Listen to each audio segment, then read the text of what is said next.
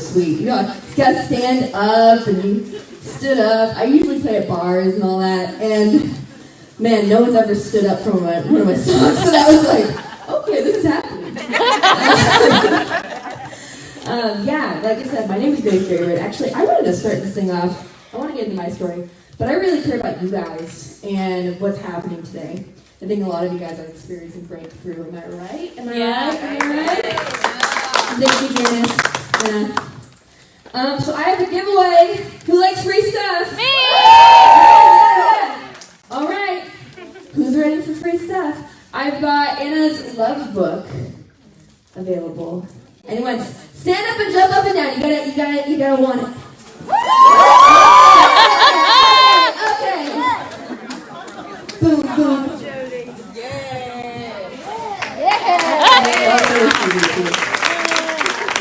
Those are mine.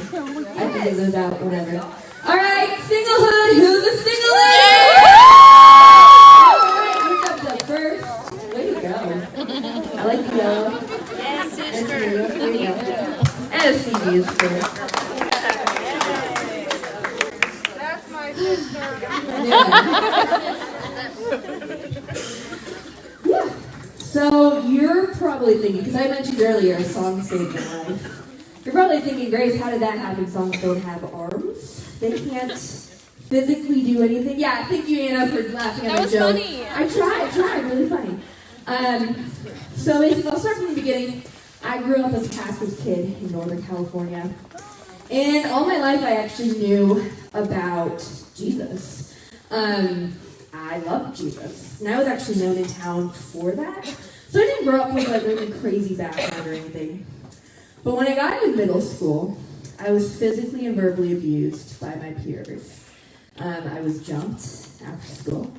I was attacked on the school ground. I mean, I was 12, and who I thought was my best friend physically wanted to hurt me. So it was really traumatic. And usually, so I just moved to Nashville, and usually in Nashville, I go out and have coffee and tell my story to a bunch of different people all the time. And I don't share in detail, but I thought today, like, I can get real with you guys and vulnerable about the first time, the last time I experienced that trauma in my life. So I apologize in advance if this is sensitive to anybody. This is my life and what I went through. I hope you're impacted by it. So, the first time it happened, I was walking out of English class. And I felt like something was telling me to walk as fast as I could. And I booked it down the road. I only lived a block away. And I heard footsteps behind me. And these footsteps were coming. I was thinking, that's probably the cute guy I like. He always came out to school. Oh my gosh, he's gonna come talk to me. This is so great. We all had a crush on a guy named Quentin in middle school, right? No, just me? Okay. But I turned around, and it was who I considered my best friend. We had, talked about High School Musical, we bonded, we did science projects together. I never once really got to know her in the detailed way that I was told I was talking about her. She runs up to me, and she just says, "Hey, why are you talking poop about me?" We all know what poop actually means. I'm not going to say it today. This is a Christian event, right? Why are you talking badly about me? And I was like, I have no idea what you're talking about. We just did a science project together. I thought we were cool, High School Musical. And she's like, no. So-and-so, some girls in the schoolyard, told me that you've been talking about how I'm harming myself and making myself throw up. I had no idea what any of that was. I was 12 when this happened. And I was like, I don't know what you're talking about. She started swinging, dodging it, grabbed my backpack. I turned around, and there was a full group of people from the middle school walking down the road that I lived on. And come to find out later, my neighbor, she grabbed the backpacks, listened to the kids walking down the road, and were asking what was going on. And there was a plan to jump me and throw more people on top of us to make it an even bigger fight. So the Lord saved me from that. But I started experiencing physical harm by my peers. Eventually, the people doing that got suspended. And when they came back, the last time that anything happened, I was in the schoolyard, and probably the scariest person to walk up to me, very intimidating person, walked up to me and said, "Why'd you get my girl suspended?" And I was like, "I didn't. She did it to herself. I have no idea what you guys are talking about." And she's like, "Don't walk away from me." And I was like, whoa. I don't do good with confrontation already, and this was a traumatic event, so now I don't do well with confrontation later in life, like confrontation. But I was like, whoa, I'm sorry, I don't know what you're talking about. She hurt me. And she's like, "Don't walk away from me." And I was like, "Could you just please leave me alone?" And she said, "No." And boom, got knocked to the ground. Great punch. Really good, actually. It permanently damaged my neck. And I have a permanent tilt in my neck from it that we are still working on to this day. That's how good that punch was. 10 out of 10. Flattened my glasses, got sent to the principal's office, and I was told I was a problem. I was told that these girls were talking about how I was spreading these rumors. I had never heard about self-harm or anorexia before, or some of these topics that they were talking about. Some of these words sound French, and technically they are because we excuse it all the time. That was another joke right there. I have a lot of grace jokes that I say, and it's everyone, woo! Anyways, so I got pulled out of the school, and I got put in a different school, and found out that they had heard about me on MySpace online, so it was unsafe for me to go to that school. And suddenly, I was put in a position where I couldn't go to any schools in the area because it was physically unsafe. I was 12. I had undiagnosed PTSD from that, of course, so I was experiencing, the tremor you get when you are afraid to leave the house, that kind of thing. And because of that, I was forced to be homeschooled. And this is when it gets real deep.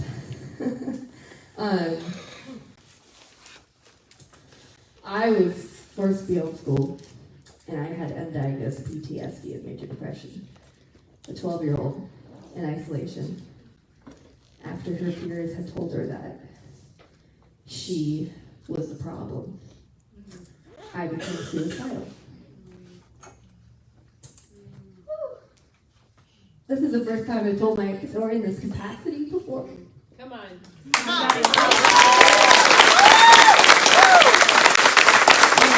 If we get deeper into the story a little bit, you'll understand why this is such a cool moment for me right now, talking to you guys. You guys are an answer prayer to them. You're an answer prayer to me.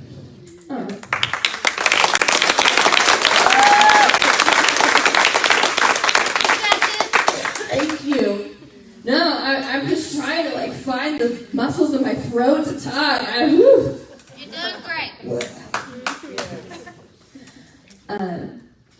The night I was planning on taking my own life, I sat on the edge of the bed and I asked God to do anything to stop me from doing that. And in that moment, it was like this chaotic scream. I don't know if anyone's ever dealt with this before. This chaotic scream of chaos, basically, of just begging God to do something. And it was like when a jingle gets stuck in your head.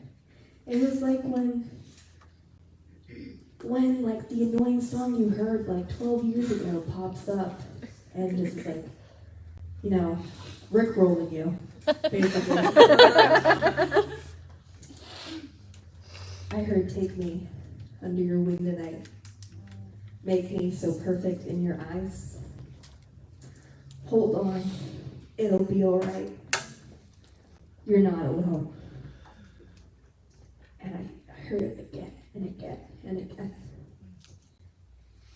And then once I finally believed, hold on, you'll be all right, you're not alone, I heard more lyrics, same melody. You'll be here forever, forever you'll stay. And you promised to love me. You'll love me always. That song saved my life that night. It stopped me from committing suicide. It sparked something in me. I woke up the next day and I was like, what was that? What convinced me? I was so convinced to do it too. I thought it was over. And what convinced me to do that? To change my mind about that? It was a song and a melody, and I found out it was by this really hunky band called Hawk Nelson back in the 2000s. Old Jason Dunn, gosh, blonde lead singer, gorgeous. I became obsessed with Hawk Nelson after that. I learned how to play their songs on my guitar. I learned how to sing to Jason's voice. And I started writing songs myself. I went to youth group, told them I was suicidal, finally spoke up, told my mom. I remember sitting on the edge of the bed, and then they got me help. And I went to the doctor, we just couldn't figure out what was going on. Well, it turns out PTSD comes out in a lot of different ways. It comes out anxiety, bipolar, it can be misdiagnosed as a lot of things. Mental health, I'm very passionate about mental health. It's a very important subject to talk about in the church. Yes. Everyone's dealing with it every day. Yeah. So I got diagnosed, and then I started opening for bands. I started meeting these bands, and for someone with PTSD, it's hard enough to leave the house, but then to get on stage and sing some songs, that's a whole nother story, because I literally am singing to people who could physically harm me, and at any moment I could, get hurt. But I started meeting bands, and I started meeting people going to concerts, and I just didn't understand why the people who knew me wanted to hurt me, but the people who didn't know me loved me so well. What? Isn't it supposed to go the opposite way? Isn't it supposed to be the people who know you are supposed to love you? But then I'm meeting these people, these older guys in their 30s still with skinny jeans. And I'm like, I'm meeting these guys in tight pants, and they're like, yo, Jesus. I was a pastor's kid. I already knew about Jesus. I was bullied for it. I was called the Jesus girl. Jesus. I learned in that moment. I decided in that moment. I learned a lot of things about Jesus when I met those band members, when I met all of those bands. But I decided, if that is what loving Jesus looks like, I want it. That's what I want to do. I want to be a part of it. So flash forward, now I'm 16. Yeah, that all happened in my 13, 14s, absolutely insane. I'm 16. My biggest dream now, I'm opening for bands, and my biggest dream is to sing with Hawk Nelson. Absolute biggest dream. I cried at night. I cried. I was supposed to marry Jason Dunn. I got married. I'm married now, 5 years, to a lovely man, TJ. He doesn't play a lick of music, but he is, he doesn't. Don't ask him to sing. He can probably sing my songs, but it won't sound pretty. I'm very blessed to have him in my life, because right now, he's working, and I'm here. And he's made it possible for me to do that. So, who needs Jason Dunn? When you've got a TJ, right? My biggest shoe is singing with Hawk Nelson. In 2011, I went to Ontario, California, and I got to go to the Revolve Tour. It was the last tour that Hawk Nelson was going to do with the Revolve Tour. It was part of the Woman of Faith. I don't know if you've heard of Woman of Faith. But there are a bunch of conferences. The Revolve Tour was more team-based, and Revolve Tour is actually how I found out about Hawk Nelson originally, many years before. So it was a conference, actually, that I found out about this band. Conference like this one. that band saved my life eventually, and bada bing, bada boom, I'm here talking to you. Now you know why it's so full circle for me in this moment. Yeah. I get to walk up to that meet and greet table. I look Jason straight in the eyes. Straight, deep in those blue eyes, I look Jason. I'm like, that's too much today. I said, your song saved my life. I'm leading worship at church. I'm opening for bands. And I think a stream one day is to sing with you guys. And he looked up at me. He said, let's make that dream come true.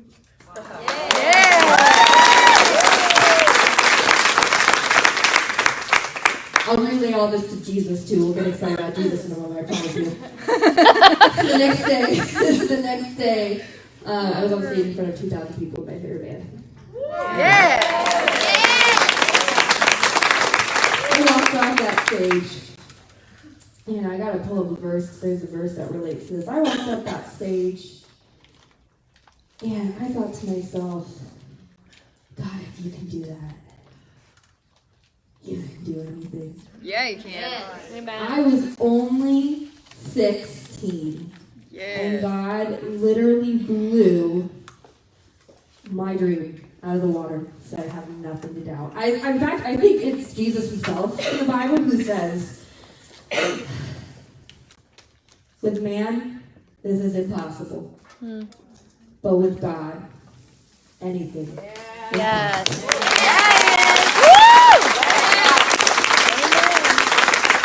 Okay, now are you guys curious how I got here? Like, are you Yeah. curious how I moved to Nashville and all that? Yeah. Like, Yes. man, All the details. PTSD, maybe depression, anxiety, all that. That's a real thing. I still deal with it. I have associated thinking. That's what my therapist tells me. So I associate a lot of like small little triggers with my trauma, and it's like could be the craziest thing. It'd be someone chewing gum too loud, and it just takes me to this place, and I'm dead. Anyways, I'll get to why I shared that in a moment. So, got married later on in life. This is like way later. I was 20 now. So 16, sang with Rock Nelson, 20, got married, moved to Portland, Oregon, got into a car accident, lost my job, lost my ability to play music. Oh, wow. Sprained my neck. Very bad neck injury, very bad whiplash. Probably the worst pain I've ever been in. I wish it on no one. And around that time, I was about 230 pounds. I'm probably my heaviest. And took 2 years to heal. Through holistic healing, I lost 90 pounds. I really worked on myself. Got to know myself as a wife. That's crazy. That's like a whole identity shift in itself. A new name, a new family. Do I like them yet? I'm not sure. I do love them. They're the best family I could have asked for. But I got to know myself, and I had to accept the fact that if I was unable to play guitar, again, if it was too painful for me to hold a guitar, that had to be okay. Okay, 2 years it took to heal. Finally feeling good, feeling like a new me. Weight loss changes you too. It was really fun. It wasn't fun to go through it, but it was fun after it to go through the healing because it was worth it. Yeah. Yes. And my husband says, hey, I've been praying about it. I think we should go back to school. I think we should finish any degree we want. And we should use a car accident to pay for it. Because that's, you get paid out after a car accident, all that stuff. Especially when it's that big, it's like a lot of legal stuff you have to go through. And we're like, let's make this worth it. And so I went to beauty school. And when I got there, I felt this immense calling after someone called BS on all my excuses to when I wasn't playing music. I felt a calling to start playing again. I felt like God was saying, I'm establishing this career so you can pursue music. 4 months later, graduate beauty school. Get a job at a spa called Hand and Stone Massage and Facial Spa. Yes, They're everywhere, nationwide. I'm their spokesperson, by the way. Just kidding. We're going to talk about hand and stone today. All right, the membership deal. Just kidding. Just kidding. I'm trying to be funny. I appreciate everyone laughing up here in front. More Grace jokes. I get a job at SPA. The company puts out a nationwide songwriting competition. A spa. A spa. Like, I mean, I was rubbing people's faces and massaging their shoulders, and I was not singing. Man, they put out a nationwide songwriting contest, and I almost didn't do it, but I did. Stayed up really late, recorded a video. I'm a finalist. They flew me to Nashville, Tennessee. When I was in Nashville, I met a producer who heard my story and was like, what are you doing living in Portland and just doing nothing? What are you doing? I don't know what I'm doing. Had some demos on SoundCloud. You heard them, you liked them. Asked to be my producer. Won the songwriting contest. So I did win that. That was awesome, yeah. I actually went to a job interview like a couple weeks ago. They were like, sing this song. So, iconic. Yeah, and now I'm here. I worked on my debut EP, which is, available back if you want it. It's free online if you want to listen to it there. And I'm here to tell you, if God can do that in my life, with all of my trauma, and all of the things that I'm working on, He can do it for you. Yes. I'm going to share a really vulnerable thing with you guys. Like, this is so vulnerable. I don't really talk about my personal life online too much, but if we're getting vulnerable here, okay. Siri doesn't understand. She doesn't understand a vulnerability. Okay, turn off. Okay, there we go. It heard me there. After the EP drop, I went through depression again. And this anxiety was different. The trauma hit different. The expectation I had to be someone new, and the EP did well, but that's kind of almost scarier, like when something's a success and goes right. That's almost scares me more than if it goes wrong, because you almost expect, something will happen, that'll go wrong, But when it goes right, what the heck? How am I supposed to handle that? I didn't know how to handle that. And I was having pretty immense panic attacks after this EP drop. It's my heart and soul. Listen to it. I love it. But the expectation, and then I knew we were called to move to Tennessee. So I'm trying to move to Tennessee, and I had to get help again. I had to go, reach out, tell my husband, I need to see a doctor. I cannot let this get out of hand ever again. So I went, I practiced what I preached. I went and got some help. And so now I'm being a therapist, all that, getting my own help. Why am I telling you all this, too? Because, none of my mental health problems are weaknesses, by the way. I just want to take away the stigma of talking about mental health in the church. Yes. Because mental health is a real issue. If you're struggling with anxiety or depression, you are valid, and I love you. I truly understand you. Your life is worth it. Your emotions are worth it. That's all. That's, in my eyes.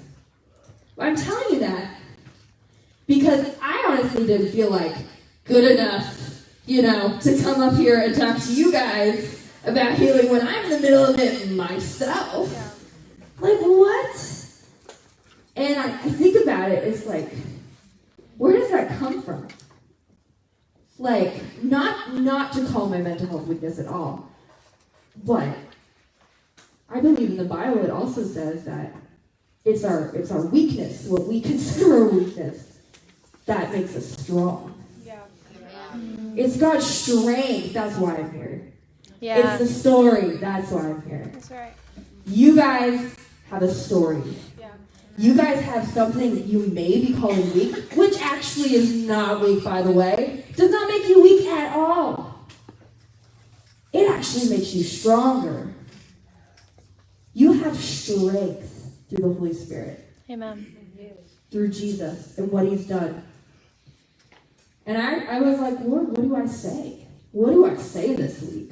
Praying all week for you guys, really. He said,